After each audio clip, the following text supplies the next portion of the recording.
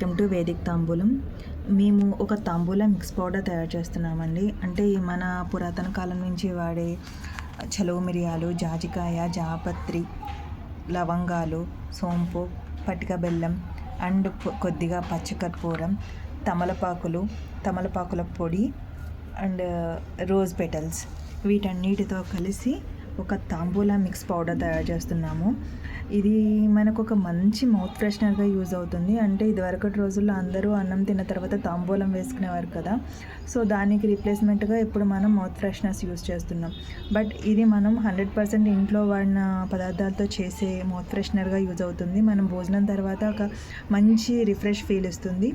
And అదేవిధంగా ఈ పదార్థాలన్నీ చేసిన తాంబూలం మిక్స్ పౌడర్ని మనం పూజల్లో అమ్మవారికి పెట్టే వక్క బదులు కూడా యూస్ చేయొచ్చు. And at the same time ఇవి చూసారా, ఈ బాటిల్ ఎంత క్యూట్గా ఉందో. ఇవి మన రిటర్న్ గిఫ్ట్స్గా కూడా ఇవ్వడానికి చాలా బాగుంటాయండి.